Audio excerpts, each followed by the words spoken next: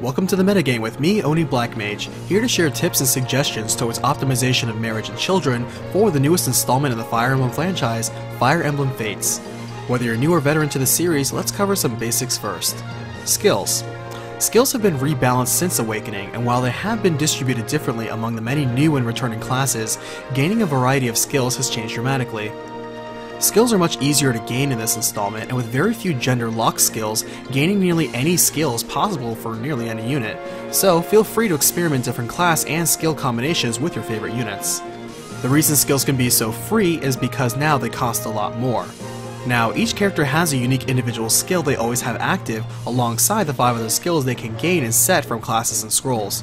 More importantly, most characters only have a secondary class they can now change into via a heart seal, though some units and all child units have a tertiary class. There are no more secondary seals in Fates, and the difference is that heart seals do not reset a character's level. If a character is already promoted and reclasses, they reclass into a promoted class and will gain each of the base class's skills at each level up, so there is no need to worry about losing low-level skills for being a higher-level character. In addition, there is now the option to change into a spouse's class or A-rank friend's class thanks to 2 new items. If the other unit either has an exclusive class, like the Nobility Prince or Princesses, Songstress, Kitsune, Wolfskin, or Villager, or the same exact class, then their secondary class becomes the new option if available. If neither the primary nor secondary class of a spouse or friend can be gained, then a unique tertiary class option becomes available, sometimes unlocking some interesting results. Parents. In this game, it's mainly the males that can sire the 21 possible children in the game, with 5 children belonging to units that you get regardless of which faction you choose, and 8 from Hoshido and 8 from Nohr. There is more freedom when choosing parents, as any opposite gender units can have a child once they marry, as long as one unit is a parent. If Azura marries a male parent, then 2 children will result. Like in Awakening, the child will have stat bonuses equal to 1 plus the sum of bonuses and penalties of both parents added together, so children will again have the highest stat caps in the game. For stats, here are the strongest parents for each ability, though the avatar will always have the strongest bonus for their respective boon. Since children have the same freedom to reclass as adults, it's wiser to choose pairings either for stat optimization or for convenience when reclassing due to limited seal resources. In the end, it's more important to have fun your way. Finally, the class selection for children is as initially restricted as the parents, so children only gain 1 class option from each parent, not every available class automatically. For classes, each child has their own primary class, then gain the primary class of their father as their secondary class, and the primary class of their mother as their tertiary class. Like with parents, if the child has the same exact primary class as either parent, then the redundant parent's secondary class is gained instead. If that isn't an option for some reason, then that parent's tertiary class is gained instead. Note that Songstress and DLC classes cannot be inherited. Regarding inheritance and skills, like Awakening, children will inherit the last active non-DLC skill from each parent. Given how children are starting with their own class and their father's primary/secondary class, there is a greater importance to the inherited skill.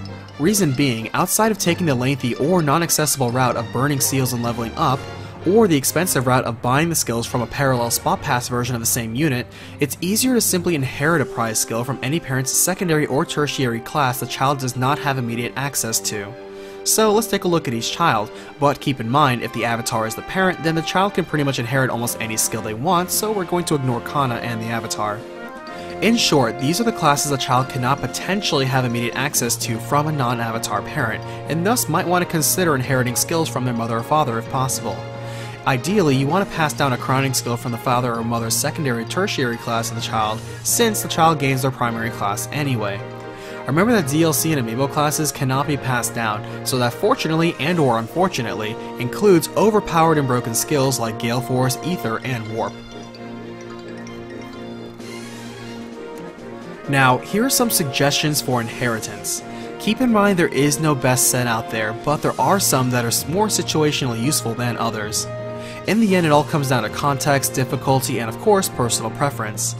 Fates mixes up the value of skills, as many of the returning skills now have conditions, such as if you are the attacker, have post-battle effects, or if it's an even or odd turn.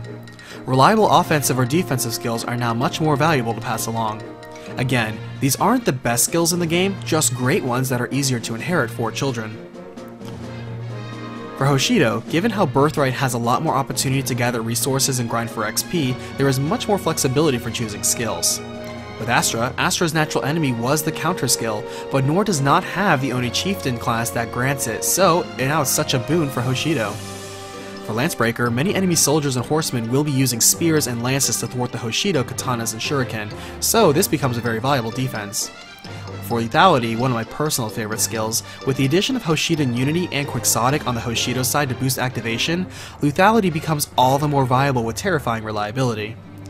For Rend Heaven, this is the next best thing to the formerly overwhelming Ignis, and as such this is a fantastic damage boost that can also multiply and stay fantastic for the entire game. For Nohr, Conquest is a bit more of a careful, sometimes defensive game, so knowing your enemy and leveraging your skills is more crucial. For Bowbreaker, considering how often you'll run into Hoshido archers and how they have more bow-locked classes in this game, this is suddenly a more viable defensive skill to carry along. With Trample, outside of the Sky Knight family and the occasional Mechanist, you don't run into too many mounted Hoshido units, so this is a widely applicable bonus. With Wary Fighter, this checks all of the opponents who rely on speed, high crits, or special attacks for their double attack to take down your defenses. If you add Tonebreaker, your armor units can pretty much wall almost anything. With Armored Blow, when controlling the flow of battle, this is a very useful skill to make those tactical advances all the more safer. And regardless of which side you're on, if Soul, unlike the popular Luna, Pavis, and Aegis, it remains untouched by the new restrictions and it's still universally useful.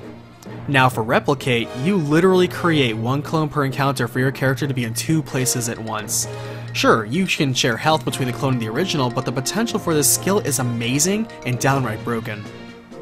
And again, with the Weapon Fair plus 5 damages, you can't argue with a solid damage boost. Now, as more DLC comes out, and with classes and skills being much more freeform in Fates, it's exciting to see the potential team combinations. List your favorite pairings in the comments below and stay tuned for more videos. Until then, have fun, and I'll see you on the next battlefield. Thanks for watching.